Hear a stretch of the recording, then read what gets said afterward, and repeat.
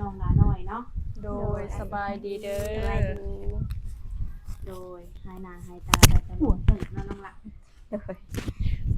ไม่ได้มัน โอ้ ซ่า โหว่าทั้งน้องนี่ได้ไปเฮ็ดเวียกเฮ็ดงานอยู่ไสบ่คือเงียบหายไปล้นเติบ มาบ้าน เมื่อบ้าน โดย อืมเมื่อบ้านไผน้องละ มาบ้านพ่อ อืม เมื่อบ้านพ่อ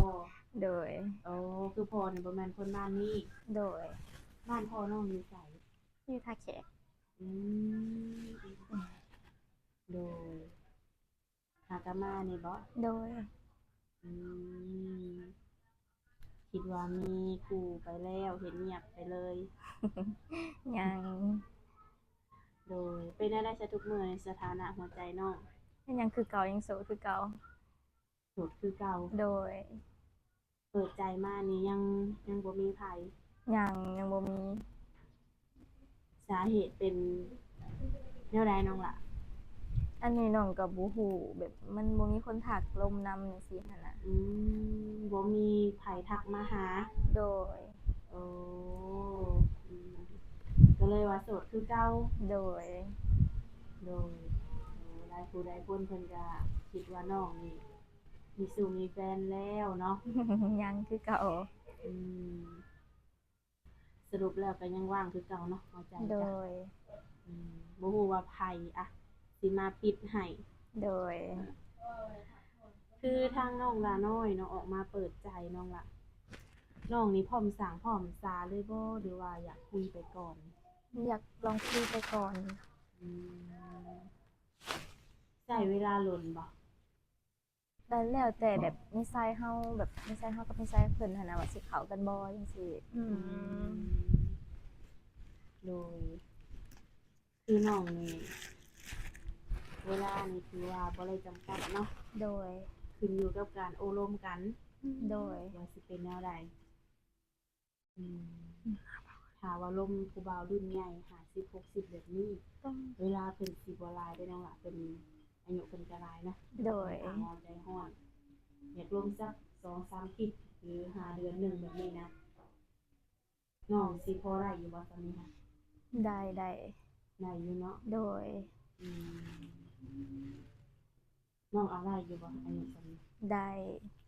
อืมเคยลมอยู่บ่ผู้บ่าวซั่น เคย เคยเนาะ โดย รุ่นคราวเดียวกันนี่มีทักเข้ามาบ่ เงียบเลยช่วงนี้บ่มี อืมหรือว่าน้องมักอยู่บ่ผู้บ่าวรุ่นเดียวกัน อันนี้ก็ ยังบ่ฮู้แต่ส่วนใดบ่ค่อยได้มัก อืมส่วนหลายลมจะรุ่นใหญ่ โดย 30 50 โดย อืมคือน้องก็ยังอายุก็ยังน้อยอยู่เนาะ โดย ในการที่ว่ามีผู้บ่าวใหญ่หรือว่ามีสามีอายุหลายแบบนี้ค่ะน้องสิเป็นยังไงคือบ่ บ่น้องบ่อายแบบน้องบ่ค่อยอายนะมักใครมักมันจังซี่ อืม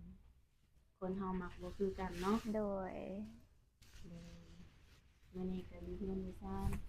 โดย อยู่กับไผมื้อนี้ อยู่กับพ่อกับแม่ โอ้มื้อนี้อยู่กบหน้ากบตาเนาะ โดย ปกติมานี่อยู่น้องอยู่คนเดียวเนาะ โดย ไม่ได้อยู่กับหลานคือทางติดต่ออีหยังน้องก็ยังคือเก่าบ่ โดยยังแบบขึ้น WhatsApp แล้วก็ LINE คือเก่า อืมยังบ่ทันได้เปลี่ยนเนาะ โดย อืมคือเปิดใจมานี่บ่มีคนทักเข้ามาบ่ฮู้ว่าเป็นเพราะหยัง โดย คือในกรณีมื้อนี้นี่อะทางเอื้อยคิดว่าทางติดต่อนี่แจกในช่องเลยบ่ โดย เนาะ โดย ลองไปเอาโทรศัพท์มาเบิ่งนำบ่อยู่นำน้องบ่ โดย คนลายน้องว่าน้อยเนาะใครที่ว่ามักฮักสนใจอยากโออยากลมนำน้องเพิ่น โดยบ่มีเสมอให้เบิ่ง หักเข้ามาเนาะ ได้ปะ ได้เด้ออ่ะนั่นล่ะ โดย WhatsApp มาเบย แม่น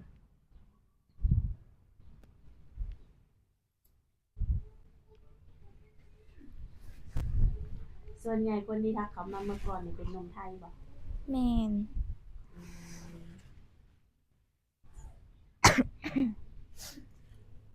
อัน รือว่าดินแอปเนาะเสมอ อืม สแกนเขาได้ ใช่มันทำให้บ้างอันนี้คือ ID WhatsApp เอ้ยแม่นแหละบ่แม่น QR โดยก็ถือว่าทางติดต่อนี้แจกเป็นที่เรียบร้อยเนาะ โดย หาแต่คนหนุ่มๆที่ว่ามักหักสนใจทักเขามาเนาะน้องละ โดย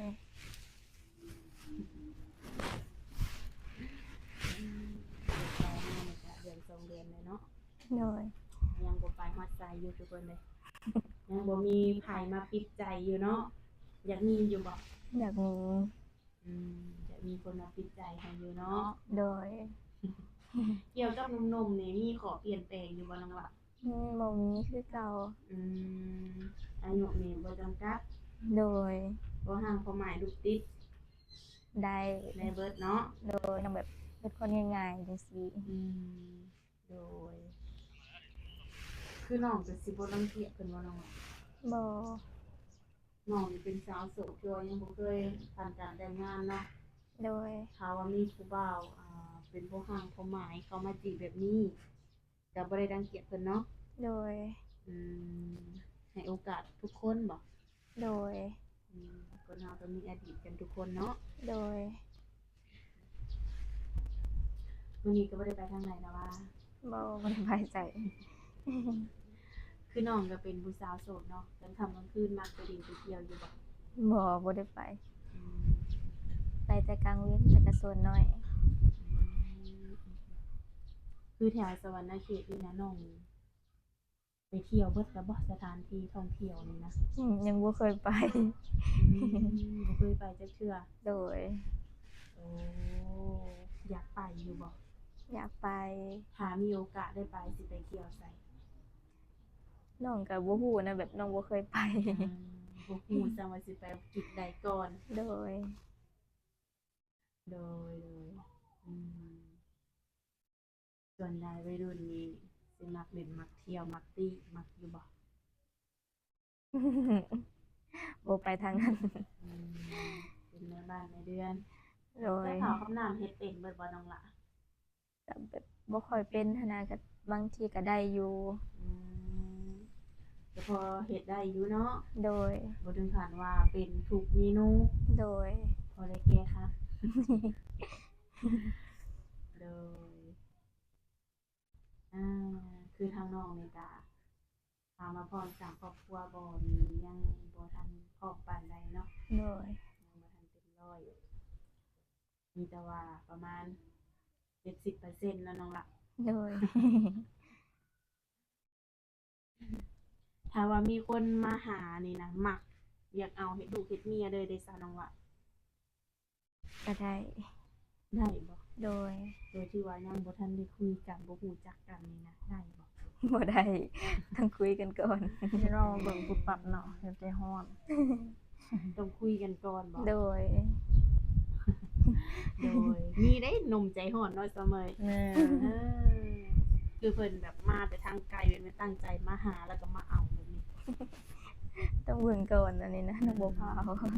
เบิ่งก่อนเนาะ โดยอยากเบิ่งนิสัยเพิ่นก่อน เป็นอะไรย่านเพิ่นเบิ่งเองบ่กุ้มหรือ มั ว่าน ก็หลายๆเรื่องนะ โดยก็เป็นเรื่องธรรมดาเนาะ โดย แม่ คนเฮาก่อนสิเอากันหรือว่า มันก็ต้องรู้จักกันก่อนเนาะน้องมาเนาะต้องทำความรู้จักกันก่อนอย่างน้อยก็เดือนหนึงเนาะ โดย เวลาซึ่งกันและกันแต่ว่าเจอรุ่นใหญ่นี่เพิ่นอาจจะ เวลาเพิ่นอาจจะบ่ให้หลายเด้อน้องว่าเอ้ย แม่ โดย เพิ่นใจห่วนเลยเนาะ สิปุบปับเลยเนาะ โด เอย อก็คือว่าตอนนี้ก็คือว่าโสดถาวรตั้งหลักคิดอีกจะไปเฮ็ดเวียกอยู่บ่ อยากไปเฮ็ดเวียกอยู่ไทย มันเป็นหยังคือไปบ่ได้ ยังบ่ทันได้มีเงินเฮ็ดบัตรนะแบบเงินบ่พอจังซี่ ถ้าในกรณีแบบคือทางมีในหนาเนาะหรือว่าเพิ่นเห็นคลิปนี้หั้นนะแล้วเพิ่นอยากเอาน้องไปแต่เพิ่นต้องออกค่าบัตรยังให้แบบนี้หั้นนะน้องก็สิไปบ่เลย ไป ไปแม่นบ่ โดย เฮ็ดงานหยังอะมักนะ น้องมักแบบไปงานทานอาหารจังซี่แบบ โอ้ เป็นเด็กเสิร์ฟอย่างนี้ โอ้ หั้นนะ ก็คือมักเป็นเด็กเสิร์ฟหลายกว่าเนาะ โดย ถ้าเขาไปในครัวได้ฉันมักกินบ่ ตอนนั้นแบบน้องเฮ็ดบ่ค่อยเป็นจังซี่แบบก็เฮ็ดแบบบ่ค่อยไหวหั้นนะ บางทีเฮาไปแล้วเฮาอาจสิได้แบบว่าสูตรหรือว่ามาเฮ็ดเนาะแบบนี้หันนะ โดย อืมก็คือบ่อยากไปเนาะ โดย แต่ในกรณีคือบ่มีบัตรอย่างเดียว โดย แพงบ่ซั่นน้องล่ะเห็นบัตร ก็แพงแบบ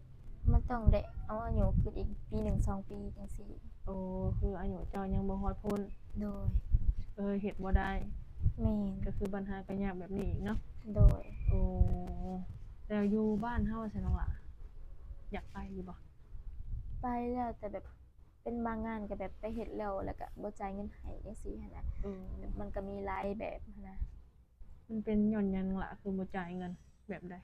อันนี้น้องก็บ่ฮู้นำเขาแบบ คือหมู่น้องไปเฮ็ดเวียกก็คือแบบไปเฮ็ดแล้วผัดบ่ให้เงินจังซี่หั้นนะแบบสิเมื่อบ้านแล้วบ่ให้เมื่อแล้วบ่จ่ายเงินให้ อืม แบบมันต้องมีเวียกจำเป็นต้องไปเนาะ อืม ก็แบบบ่จ่ายให้เลยสิ ก็คือแต่ทางเจ้าของห้างเพิ่นนี่ก็คือบ่เอาเงินให้ แม่ คันเจ้าสิมีเวียกหยังก็ขอให้สำคัญอันเลยจังให้ไปแบบนี้บ่ โดย เรื่องบ่พอใจก็เลยคิดบ่อยากจ่ายเงินแล้วก็คือสิบ่อยากเอาลูกน้องเลยเนาะ โดย ส่งมาทำนองแบบคล้ายๆคือห้านนี่ก็คือสิเจ๊งแหละ คือสิไปต่อบ่ได้ทำนองนี้หันน่ะเนาะ โดย